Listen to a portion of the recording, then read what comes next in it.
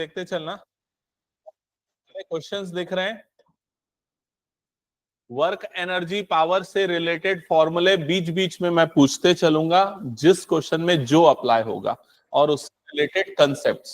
ठीक है, अभी फिलहाल फर्स्ट क्वेश्चन पे आते हैं। फर्स्ट क्वेश्चन क्या लिखा है, पहले ऊपर की हेडिंग पढ़ लो अच्छे से। सिद्धि,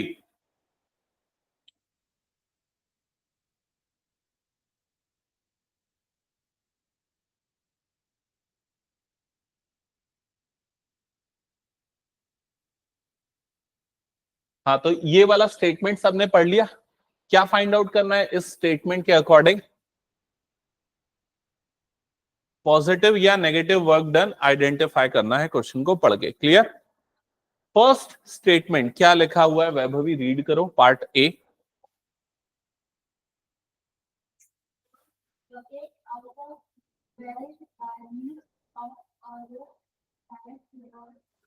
क्या इस सिचुएशन को समझ पा रहे हो? Work done bye a man lifting bucket out of well. Well मतलब कुआं। तो एक कुएं से एक बाल्टी को अगर लिफ्ट कर रहे हैं, ये बाल्टी को अगर लिफ्ट कर रहे हैं जो एक रोप से बंधी हुई है, तो यहां पर जो वर्क डन होगा वो पॉजिटिव होगा, नेगेटिव होगा, जीरो होगा, ये बताना है। पॉजिटिव। और किसी का कुछ और आंसर?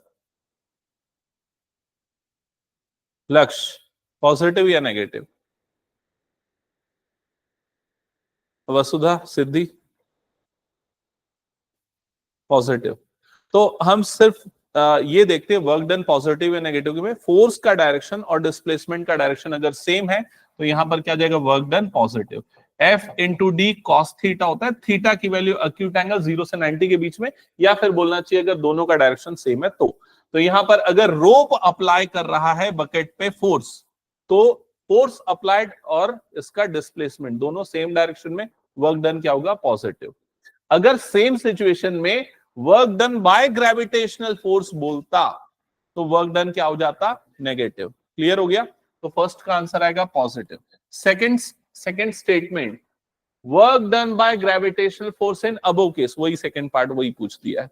तो work done by gravitational force in this case क्या हो जाएगा, नेगेटिव। पार्ट सी बताओ जल्दी से। Work done by friction on a body sliding down to incline plane.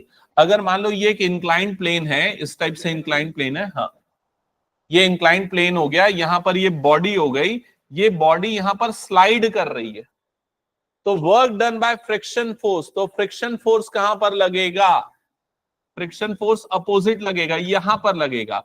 तो यहां पर डिस्प्लेसमेंट, यहां पर फोर्स, तो वर्क डन क्या हो जाएगा यहां पर, नेगेटिव। तो थर्ड का आंसर क्या आ जाएगा, नेगेटिव। क्या ये क्लियर हो गया? चेक कर लो। फोर्थ स्टेटमेंट, लक्ष्य रीड करना, फोर्थ स्टेटमेंट क्या है?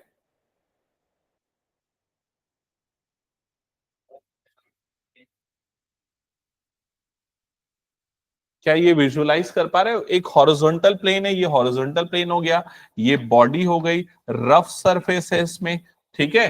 और work done by applied force, तो अप्लाइड फोर्स ले लेते हैं एक तरफ अप्लाइड फोर्स ले लेते हैं, मान लेते हैं इस तरफ अप्लाइड फोर्स हो गया, ठीक है। तो उसका जो डिस्प्लेसमेंट होगा वो किस डायरेक्शन में होगा, उसी डायरेक्शन में होगा, कोई सिचुएशन नहीं है, तो दोनों का डायरेक्शन सेम हो गया, मतलब वर्क डन का साइन क्या होगा यहाँ पर, पॉजिटिव। क्लियर? लास्ट के सीधे रीड करना, क्या लिखा है?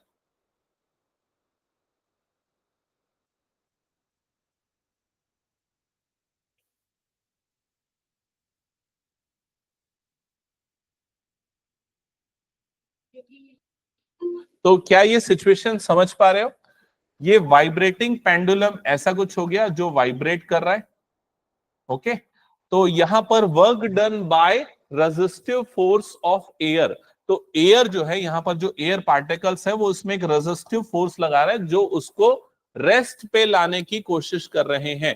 तो यहां पर वर्क डन क्या होगा, पॉजिटिव या नेगेटिव, बताओ। तो ये उसको इस तरफ स्टॉप कर रहा है, डिस्प्लेसमेंट ये इस तरफ फोर्स लगा रहा है, लेकिन इसका डिस्प्लेसमेंट किस डायरेक्शन में हो रहा है, इधर हो रहा है, तो वर्क डन क्या हो जाएगा यहां पर, नेगेटिव। क्या ये क्लियर हो गया? हटा दो फिर फर्स्ट पार्ट को। चलो सेकंड क्वेश्चन नोट करना। सेकंड क्वेश्चन, इंपॉर्टेंट चीजें नोट करो, पूरे क्वेश्चन को नोट मत करो, पूरे क्वेश्चन को नोट मत करो, इंपॉर्टेंट चीजें देख लो।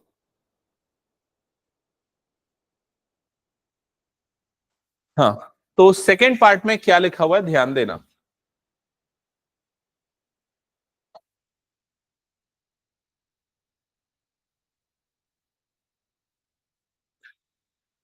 वसुधा रीड करो एक बार क्वेश्चन।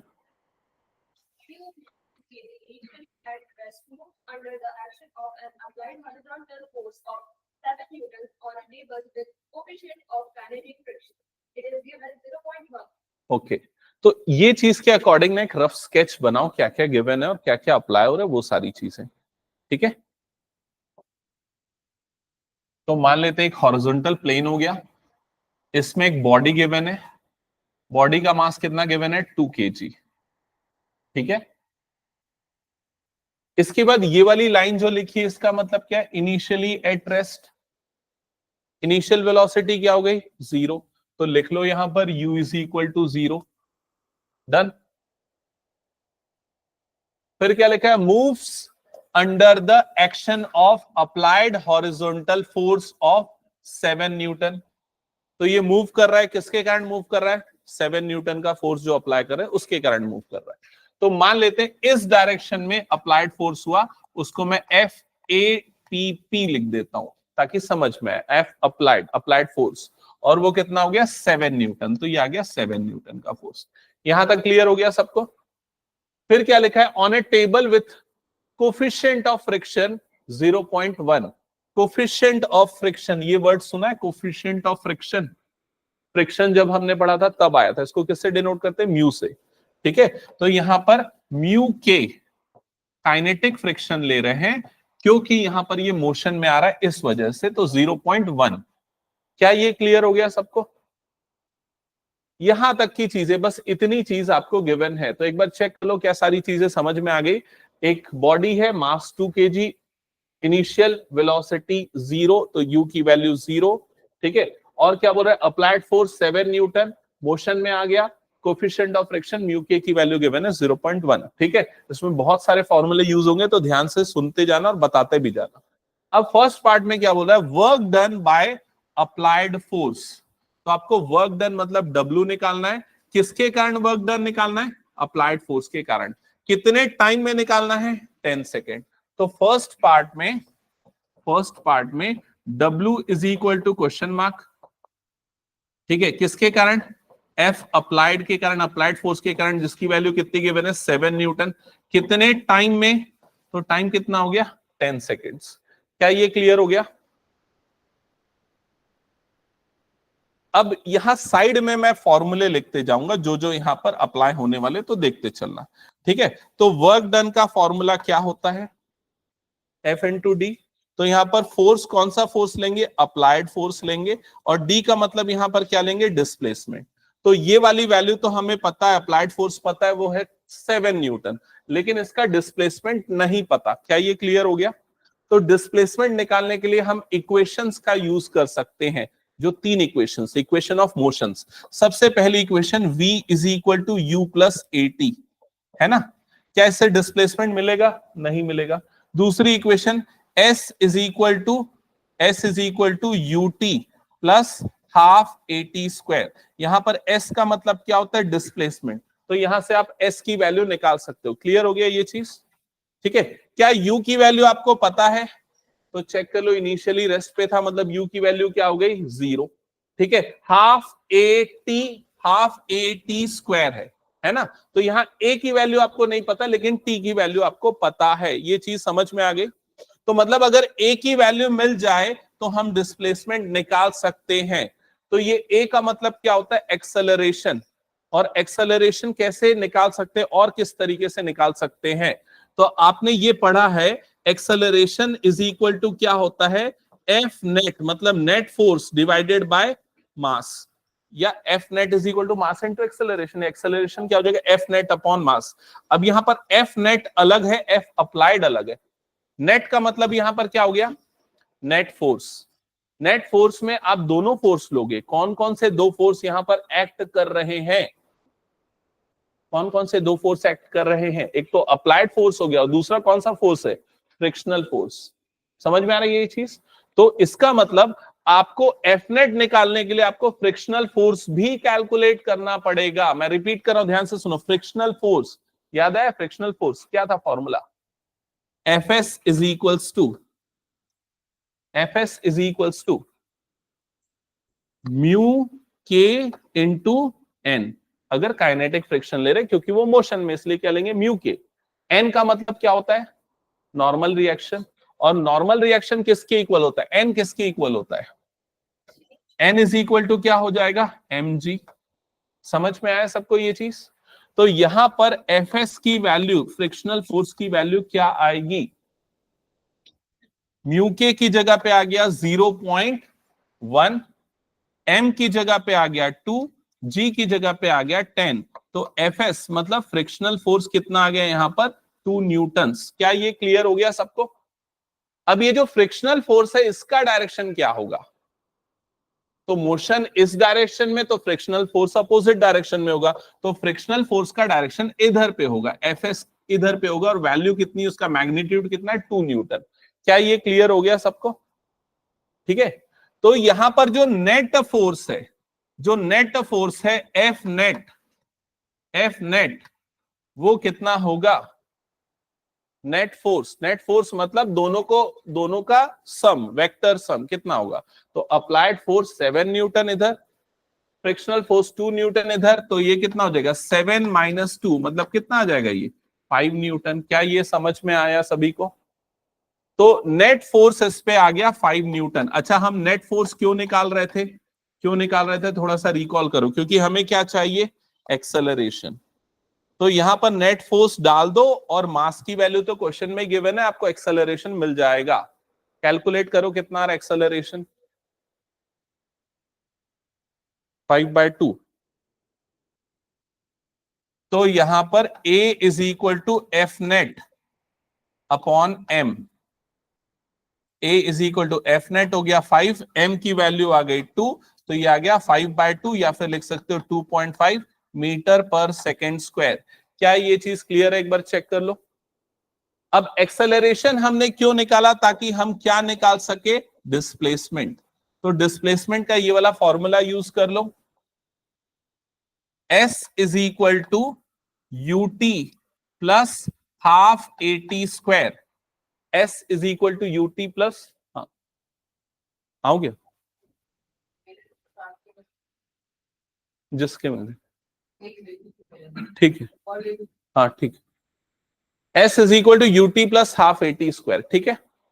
अब इसमें देखते चलो, S मतलब हमने यहां पर डिस्प्लेसमेंट लिया। मान लो ब्लॉक यहां से यहां तक ट्रैवल कर रहा है, तो ये उसका डिस्प्लेसमेंट हो गया, D हो गया, जिसको हम D से या S से जिससे भी डिनोट करें। अभी मैं D लिख देता हूं। ठीक है।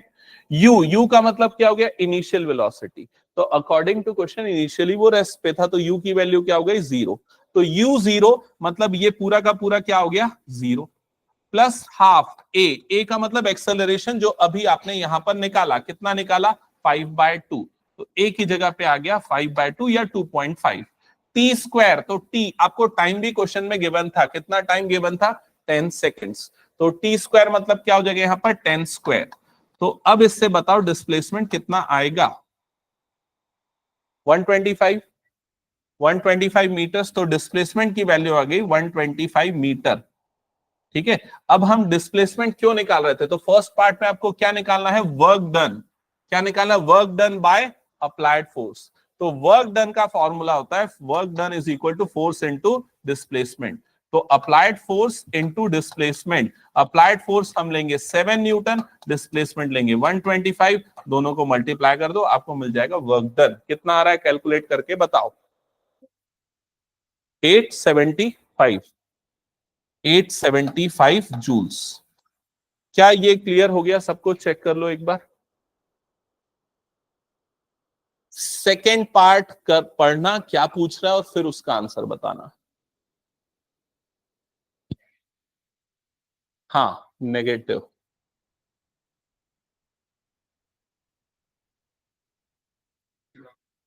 एक सेकेंड ना। Work done by friction, by friction होगा तो क्या चीज बदल जाएगी? देखो फॉर्मूला सारा सेम यूज होगा ना, वर्क डन का फोर्स इनटू डिस्प्लेसमेंट। डिस्प्लेसमेंट उतना ही होगा क्योंकि अभी भी टाइम कितना बोल रहा है यहाँ पर, 10 सेकेंड। सिर्फ अप्लाइड फोर्स बदल जाएगा। अप्लाइड फोर्स की जगह पे क्या, कौन सा फोर्स आ जाएगा? Frictional force. और फ्रिक्शनल फोर्स हम क्या लेंगे यहाँ पर? -2। क्लियर हो गया ये चीज? कैलकुलेट करो। थर्ड पार्ट पे भी जाओ। हाँ,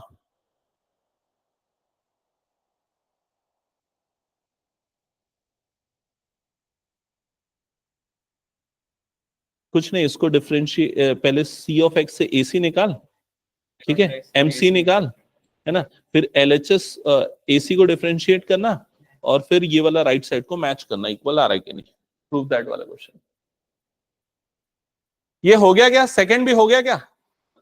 हाँ, कितना आ रहा है वैष्णवी सेकंड का आंसर? क्या समझ में आया या नहीं बना? क्या हुआ जल्दी बताओ। नहीं समझ में आया? और किसको किसको सेकंड पार्ट नहीं समझ में आया बता दो। सिद्धि नहीं आया, और त्रिषा नहीं आया, ठीक है, और बाकी सबको आ गया? जिनको आ गया वो सॉल्व करो, ठीक है, जिनको नहीं आया इधर दोबारा से सुनो। सेकंड पार्ट में क्या पूछा है क्वेश्चन में? वर्क डन, वर्क का फॉर्मूला। हाँ, वर्क का फॉर्मूला क्या होता है? F into D, force into displacement. Clear? यहां पर कौन से फोर्स के कारण बोल रहा है? By friction. मतलब कौन सा फोर्स लेंगे हम? फ्रिक्शनल फोर्स, मतलब Fs लेंगे। क्लियर हो गया? D का मतलब क्या हो गया? डिस्प्लेसमेंट। ये डिस्प्लेसमेंट 10 सेकेंड में अभी हमने कैलकुलेट किया था, वो कितना आया था? 125। तो यहां डिस्प्लेसमेंट की जगह पे क्या ले लोगे? 125। और Fs फ्रिक्शनल फोर्स, ये भी अभी हमने थोड़ी देर पहले कैलकुलेट किया था। फ्रिक्शनल फोर्स कितना आया था? ये 2 न्यूटन। समझ में आया कि नहीं ये चीज? लेकिन यहां पर हम लेंगे इसको माइनस के साथ। माइनस के साथ क्यों? क्योंकि जो फ्रिक्शनल फोर्स है उसका डायरेक्शन ये है, डिस्प्लेसमेंट का डायरेक्शन ये है, दोनों का डायरेक्शन अपोजिट है, इसलिए क्या आ जाएगा यहां पर? माइनस। क्लियर हो गया ये चीज? तो यहां पर क्या आ जाएगा? माइनस फ्रिक्शनल फोर्स की वैल्यू 2 न्यूटन, डिस्प्लेसमेंट की वैल्यू 125 मीटर। तो आंसर कितना आ जाएगा? -250 जूल्स। क्या ये क्लियर हो गया? आप चेक करो, कंफर्म करो। हटा दो फिर ये पूरा, ठीक है। थर्ड पार्ट में चेक करो, थर्ड पार्ट में क्या फाइंड आउट करना है? वर्क डन बाय, अच्छा किसका किसका बन गया थर्ड पार्ट, पहले वो बताओ मुझे। 1 2 3, बस 3 लोगों का बना है, ठीक है। आगे करो फिर तुम लोग सॉल्व। क्या है आंसर? 625 करेक्ट है। सेकंड का आंसर कितना आया था? सेकंड का आंसर -250, -250, 625 डन। और बाकी जिनका नहीं बना क्या समझाऊं? Bye bye. भाई इसके थर्ड पार्ट में वर्क डन निकालना है अगेन, लेकिन किसके कारण वर्क डन निकालना है? नेट फोर्स के कारण। कितने ड्यूरेशन में? 10 सेकेंड। तो वर्क डन के फॉर्मूले में कोई चेंज तो नहीं होगा, F इंटू डी ही होगा। लेकिन अब F की जगह पे हम कौन सा फोर्स लेंगे? तो क्या लिखा है यहां पर? Net force.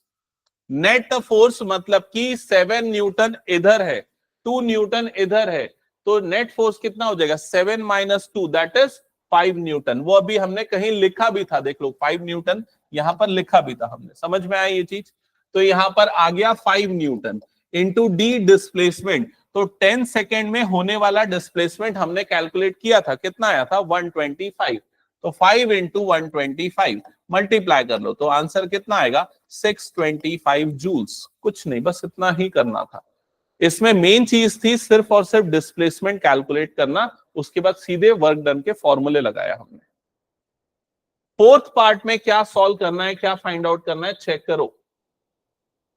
फोर्थ पार्ट में क्या फाइंड आउट करना है? Change in kinetic energy of the body in 10 seconds. मैं रिपीट कर रहा हूं क्वेश्चन को, क्या फाइंड आउट करना है? Change in kinetic energy in 10 seconds. अब जो मैं पूछ रहा हूं ध्यान से सुनना। काइनेटिक एनर्जी का फॉर्मूला कितने बच्चों को पता है? पहले वो हाथ उठाओ। काइनेटिक एनर्जी, हाँ ठीक है, तुम लोग सुनो ध्यान से। जिनको नहीं पता, काइनेटिक एनर्जी का फॉर्मूला होता है 12 mv²। ये काइनेटिक एनर्जी का फॉर्मूला होता है। यहां पर चेंज इन काइनेटिक एनर्जी बोल रहा है, तो जब भी किसी चेंज को निकालना होता है तो उसको किससे डिनोट करते हैं, डेल से। तो यहां पर हो जाएगा के E kinetic energy F, F का मतलब क्या हो गया फाइनल, माइनस के ई आई, आई का मतलब क्या हो गया इनिशियल, तो फाइनल माइनस इनिशियल यही होगा चेंज। अब फाइनल कैसे निकलेगा, तो फाइनल निकालने के लिए हमें फाइनल वेलोसिटी चाहिए।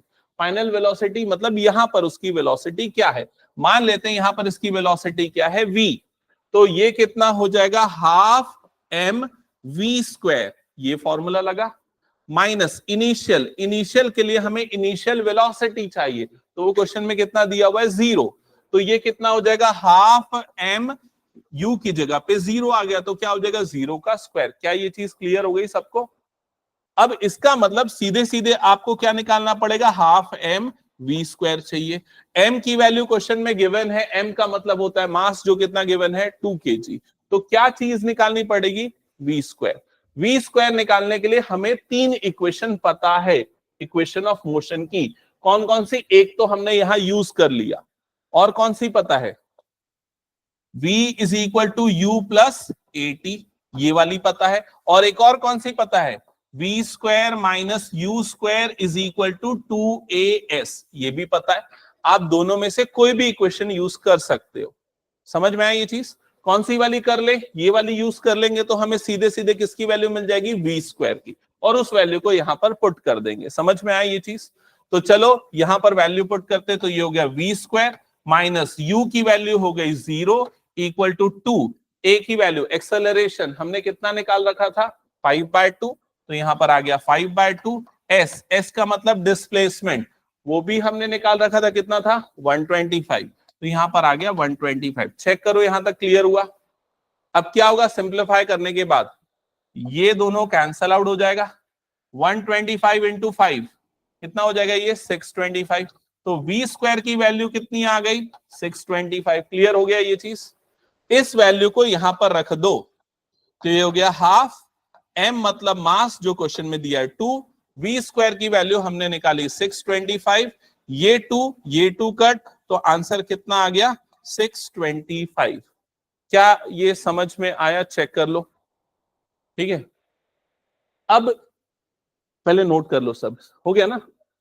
अब देखो ये क्वेश्चन के पीछे का सेंस समझो कि आखिरी पार्ट में जो बोल रहा है वो एक चीज वेरीफाई कर रहा है। क्या चीज वेरीफाई कर रहा है? एक थ्योरम है, उसका नाम है वर्क एनर्जी थ्योरम। याद आया? वर्क एनर्जी थ्योरम क्या बोलता है? वर्क डन जो होता है वो किसके इक्वल होता है, चेंज इन काइनेटिक एनर्जी। तो जो हमारा टोटल या नेट वर्क डन था, जो अभी हमने निकाला था नेट फोर्स के कारण, वो कितना आया था 625, और चेंज इन काइनेटिक एनर्जी कितना आया 625। तो ये वर्क एनर्जी थ्योरम का वेरिफिकेशन हो गया। क्या ये क्लियर हो गया सभी को? हटा दूं ये क्वेश्चन फिर मैं? चलो नेक्स्ट क्वेश्चन पे आगे बढ़ते हैं। तो ये क्वेश्चन है, ध्यान से सुनो, समझो और पढ़ो। मैं ये नहीं बोलता कि 100% क्वेश्चन समझ में आएगा, लेकिन 5% 10% भी आ जाए तो ठीक है, चलेगा।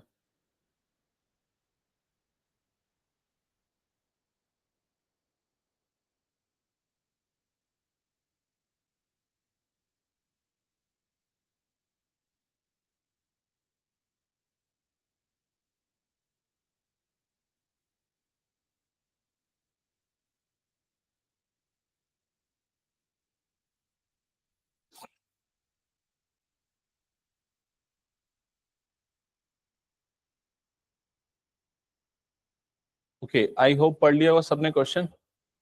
हाँ वैष्णवी एक बार पढ़ो तो।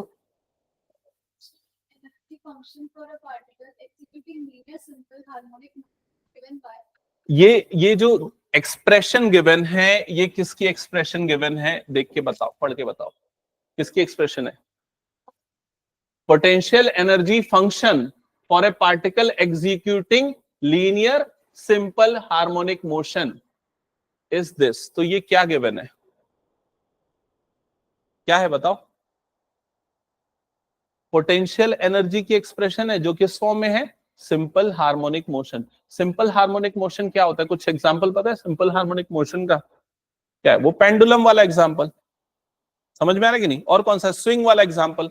तो पेंडुलम वाला एग्जांपल, अगर मान लो एक पेंडुलम को मैं इस तरीके से रिलीज करता हूं तो ये इस तरीके से स्विंग करता है, और यही चीज क्या है, सिंपल हार्मोनिक मोशन। क्लियर हो गया ये चीज?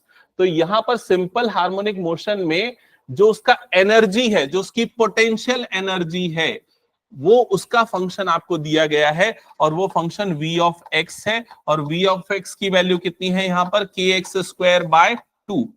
क्लियर हो गया ये चीज? ठीक है, अब इसमें पोटेंशियल एनर्जी कहां पर कितनी होती है एक एक करके देख के बताओ। ये बताओ, जब ये अपने सेंटर पे, ये वाली पोजीशन पे, तो इसकी पोटेंशियल एनर्जी कितनी होगी? 0। जब ये यहां पर है तो पोटेंशियल एनर्जी क्या होगी? 0। और जब एकदम एक्सट्रीम पे है, इस पॉइंट पे है, तो उसकी पोटेंशियल एनर्जी क्या हो जाएगी? मैक्सिमम। यहां पर पोटेंशियल एनर्जी हो जाएगी मैक्सिमम, और यहां पर पोटेंशियल एनर्जी हो जाएगी मैक्सिमम, और सेंटर पे उसकी पोटेंशियल एनर्जी क्या हो जाएगी? 0। तो पोटेंशियल एनर्जी जो है ना, उसकी मीन पोजीशन से डेविएशन के हिसाब से चेंज होती है। समझ में आ रहा है कि नहीं? तो यहां पर जो आपको x दिखा रहा है ना, वो x और कुछ नहीं, उसका डेविएशन है। समझ में आई ये चीज?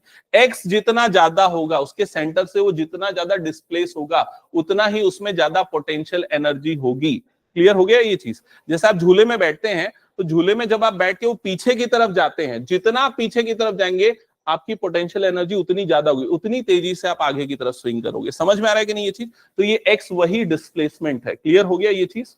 और ये पोटेंशियल एनर्जी का फंक्शन है। डन। आगे क्या लिखा है क्वेश्चन में? वेयर के is force constant of the oscillator, और यहां पर के की वैल्यू आपको दे दी गई है, कितनी है? 0.5 न्यूटन पर मीटर। तो 0.5 मतलब इसको मैं डायरेक्टली क्या लिख सकता हूं? 1/2, और ये वाली वैल्यू को मैं यहां पर डाल देता हूं, तो v ऑफ x की वैल्यू मतलब पोटेंशियल एनर्जी फंक्शन 1/2, और ये 2 मतलब कितना हो जाएगा? 1/4 इंटू एक्स स्क्वायर। क्या ये क्लियर हो गया सभी को? आगे क्या लिखा है क्वेश्चन में, पढ़ो। The graph of v of x, v of x मतलब potential energy, versus x, x मतलब उसका displacement, is shown in figure. तो ये ग्राफ आपको फिगर में शोन है। Show that a particle of total energy 1 joule. अब यहां पर उसकी टोटल एनर्जी कितनी है? 1 जूल। टोटल एनर्जी मतलब काइनेटिक प्लस पोटेंशियल, कितना आ गया? 1 जूल। समझ में आ रहा है ये चीज? अगर मैं बोलूं कि यहां पर उसकी टोटल एनर्जी कितनी है, यहां इसकी टोटल एनर्जी कितनी है, तो आप क्या बोलोगे? 1 जूल। यहां इसकी टोटल एनर्जी कितनी है? 1 जूल। यहां टोटल एनर्जी कितनी है? 1 joule. Law of conservation of energy यही बोलता है ना, एनर्जी सभी जगह पे क्या रहेगी? सेम। तो यहां पर भी उसकी टोटल एनर्जी 1 जूल है, लेकिन इस पॉइंट पे इसकी काइनेटिक एनर्जी क्या हो जाएगी? 0। क्योंकि यहां पर जाके थोड़ा सा रुक जाता है ना पेंडुलम, उसका मोशन 0 हो गया। मोशन 0 मतलब काइनेटिक एनर्जी क्या हो गई? 0। तो सिर्फ कौन सी एनर्जी होगी उसके पास? Potential energy. क्या ये समझ में आ गया सभी को? और पोटेंशियल एनर्जी की वैल्यू यहां पर आपको गिवन है, कितनी गिवन है? 1/4 इंटू एक्स स्क्वायर। और यहां पर x की वैल्यू उसकी एक्सट्रीम है। समझ में आ रहा है कि नहीं? तो उसको मैं किससे डिनोट कर देता हूं? xm से डिनोट कर देता हूं। m का मतलब मैक्सिमम। ठीक है। और यहां पर जो एनर्जी है उसकी जगह पे मैं, जो क्वेश्चन में गिवन है, कितनी एनर्जी गिवन है? 1 जूल। तो ये मैंने डाल दिया 1 जूल, और यहां पर हो गया 1/4 xm square according to question. क्या ये चीज समझ में आई? बताओ मुझे। हाँ, तो यहां से एक्सएम स्क्वायर की वैल्यू कितनी आ जाएगी? एक्सएम स्क्वायर, ये इधर क्रॉस मल्टीप्लाई होगा, एक्सएम स्क्वायर कितना आ गया? 4। तो एक्सएम की वैल्यू कितनी आ गई? +-2। +-2 का मतलब क्या हुआ? ये मैक्सिमम कितना डेविएट होगा लेफ्ट में? 2, और राइट में भी कितना हो जाएगा? 2। मतलब -2 से लेके +2 का उसका स्विंग रहेगा। क्वेश्चन में क्या प्रूव करना है? Under this potential energy must turn back when it reaches x is equal to +-2। मतलब ये बता रहा है कि ये प्रूफ करो कि 2 और -2 पे पहुंचने के बाद वो टर्न बैक कर जाएगा। टर्न बैक करने जाएगा मतलब यहां तक जाएगा, 2 के बाद वो वापस वो क्या हो जाएगा? रिटर्न हो जाएगा। वही चीज प्रूफ करनी थी। तो प्रूफ करने के लिए कुछ नहीं, यही 3-4 एक्सप्रेशन लिखने और xm की वैल्यू निकालनी है, मैक्सिमम डिस्प्लेसमेंट निकल गया और बता दोगे कि ये इसके बाद टर्न अराउंड। क्या ये क्लियर हो गया? तो सॉल्यूशन में कुछ नहीं, खाली इस चीज को आपको समझना है कि क्या क्या चीजें गिवन है। हटा दो फिर इसको मैं। चलो नेक्स्ट क्वेश्चन पे आते हैं। Next question. हाँ, मुझे ना पहले तुम लोग क्वेश्चन को समझ के बताओ। एक एक चीज हर एक बच्चे को समझ में आनी चाहिए, ये मेन ऑब्जेक्टिव है।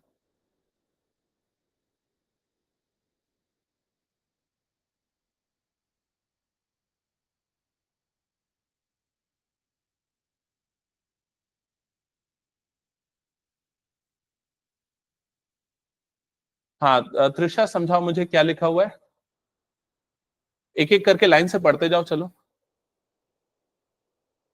बोल बोल के पढ़ो, सारे बच्चों को सुनना है। हाँ तो बॉडी कौन से डायरेक्शन में मूव कर रही है, जेड एक्सिस के डायरेक्शन में, ठीक है।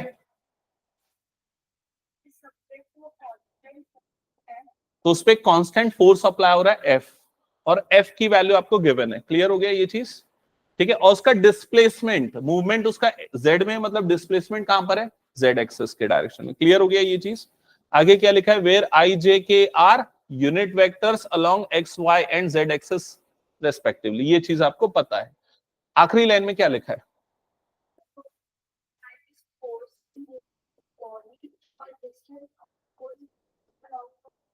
तो यहां पर क्या फाइंड आउट करना है, क्या फाइंड आउट करना है, वर्क डन।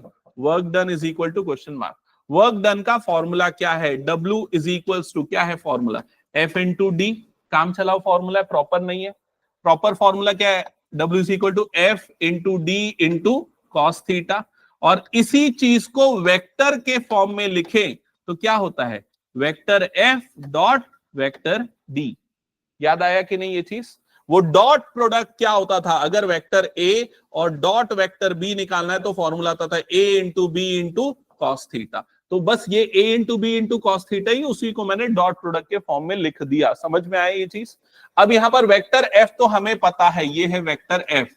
डिस्प्लेसमेंट वेक्टर आपको डायरेक्टली न देके उसने हिंट कर दिया है कि डिस्प्लेसमेंट किस डायरेक्शन में है, सिर्फ जेड के डायरेक्शन में है।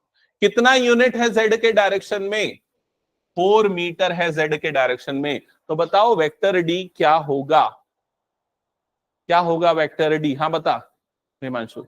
0 आई, 0 आई क्योंकि एक्स के डायरेक्शन में नहीं हुआ, प्लस 0 जे क्योंकि वाई के डायरेक्शन में नहीं हुआ। पूरा डिस्प्लेसमेंट कौन से डायरेक्शन में है, जेड के, तो क्या हो जाएगा +4k। क्या ये चीज समझ में आ गई सबको। फिर इन दोनों का डॉट प्रोडक्ट ले लो। डॉट प्रोडक्ट कैसे लेते हैं, तो यहां पर वेक्टर एफ हमने लिख दिया, i plus 2j +3k dot D की वैल्यू हमने डाल दी, 0 i plus 0j +4k। Dot product अगर भूल चुके हो तो बता दूं, इसमें आई और आई वाले मल्टीप्लाई होते हैं बस, आई डॉट आई बस होगा, जे डॉट जे बस होगा, के डॉट के बस होगा, बाकी सबका डॉट प्रोडक्ट में 0 हो जाता है। तो 0 इंटू -1 मतलब 0, 2 इंटू 0 मतलब 0, और आखिरी में 3 इंटू 4 मतलब कितना हो जाएगा, ये 12। तो फाइनली आपके पास कितना आ गया, ये 12 जूल्स। तो ये हो जाएगा वर्क डन। क्या ये क्लियर हो गया, चेक कर लो, ठीक है।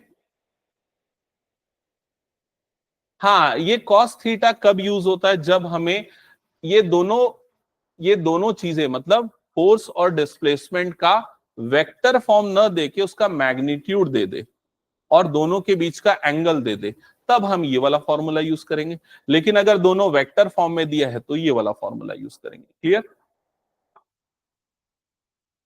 ये हो गया, हटा दूं फिर इसको मैं। चलो नेक्स्ट क्वेश्चन पे आते हैं। नेक्स्ट क्वेश्चन, पहले इसको पढ़ो और फिर उसके बाद मैं रैंडमली किसी को बोलूंगा कि कोई मुझे इस क्वेश्चन को समझाएगा, इसका मतलब क्या है।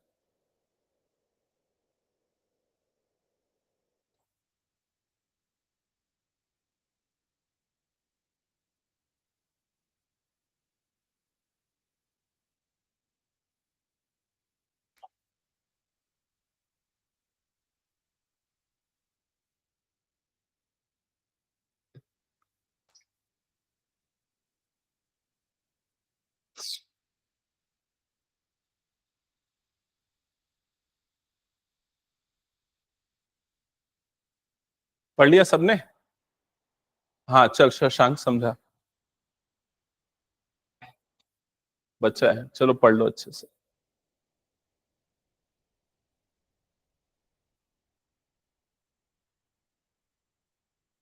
हाँ के ई फाइंड आउट करना है, ओके। अच्छा मीनिंग पूछो, अच्छा इसका मीनिंग पूछ रहे हो, ई के ई वी का, के ई वी का मतलब क्या होता है, इलेक्ट्रॉन वोल्ट, के का मतलब क्या होगा, kilo, kilo electron volt, energy की यूनिट है।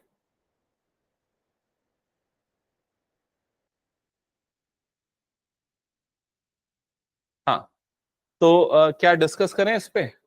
एक बार मैं पढ़ रहा हूं, ठीक है, फिर मैं जिसको पूछूंगा वो बताना मुझे क्या समझ में आया। An electron and a proton are detected in a cosmic ray experiment, the first with kinetic energy 10 keV। तो ये 10 keV 10 किलो इलेक्ट्रिक वोल्ट, ये किसकी यूनिट है? ये किसकी एनर्जी है? एनर्जी है वो चीज तो क्लियर हो गया, कौन सी एनर्जी है? Kinetic energy. किसकी? इलेक्ट्रॉन की। तो मैं इसको डिनोट करता हूं के ई और सबस्क्रिप्ट में ई लिख देता हूं ताकि समझ में आ जाए ये इलेक्ट्रॉन की काइनेटिक एनर्जी गिवन है। क्या ये चीज समझ में आ गई? फिर क्या लिखा हुआ है? And the second with 100 kilo electric volt, मतलब ये क्या हो गया? किसकी है ये? प्रोटॉन की। तो यहां पर मैं लिख देता हूं काइनेटिक एनर्जी फॉर प्रोटॉन, और ये कितना हो गया? 100 keV, ठीक है। अब क्या लिख रहा है? Which has faster, which is faster, which is faster the electron और द प्रोटॉन। तो क्वेश्चन समझ में आया क्या? क्या समझ में आया कि क्या पूछ रहा है? कौन सा फास्टर है, इलेक्ट्रॉन या प्रोटॉन? ठीक है, ये इलेक्ट्रॉन की काइनेटिक एनर्जी, ये प्रोटॉन की काइनेटिक एनर्जी, कौन सा फास्टर है ये पूछ रहा है। क्वेश्चन क्लियर हो गया? काइनेटिक एनर्जी का फॉर्मूला क्या होता है त्रिशा? काइनेटिक एनर्जी का फॉर्मूला क्या होता है? हाफ एम वी स्क्वायर, ये होता है फॉर्मूला। क्लियर सबको ये? तो अब इसमें और क्या क्या चीजें गिवन है देखो। ऑब्टेन, इसने हिंट कर दिया actually, obtain the ratio of their speeds, आप दोनों की स्पीड का रेशियो निकालो। और क्वेश्चन में क्या दिया हुआ है? इलेक्ट्रॉन का मास दे दिया हुआ है, इलेक्ट्रॉन का मास। तो यहां पर मैं उसको एम ई से डिनोट करता हूं। एम ई की वैल्यू कितनी दे दी गई है यहां पर? 9.11 इंटू 10⁻⁻31 kg। और प्रोटॉन का मास गिवन है, उसको एमपी से डिनोट करता हूं। एमपी की वैल्यू कितनी है? 1.67 इंटू 10⁻⁻27 kg। और यहां पर 1 इलेक्ट्रॉन और जूल का कन्वर्जन बता रहा है, 1 electron volt is equal to इतना जूल होता है। हाँ, नहीं नहीं करो उसको कन्वर्ट, क्योंकि हम रेशियो निकाल रहे हैं ना, तो उससे यूनिट का फर्क ही नहीं पड़ेगा, उससे तो वो कट जाएगा। डन। तो चलो दोनों का रेशियो निकालते हैं। तो सबसे पहले K E, kinetic energy of electron, divided by kinetic energy of proton. यहां तक done. Kinetic energy of electron में जब मैं फॉर्मूला लगाऊंगा तो क्या हो जाएगा? Half M E, mass of electron, into V square, ऐसा ही होगा, velocity of kinetic energy, divided by इधर पे क्या जाएगा? Half M P into V square. एक बार चेक करो यहां तक क्लियर हो गया क्या सबको? अब ये दोनों की वैल्यू आपको क्वेश्चन में गिवन है, पुट कर दो। ये दोनों की वैल्यू पुट करो, और जो जो वैल्यू गिवन है सब पुट करो।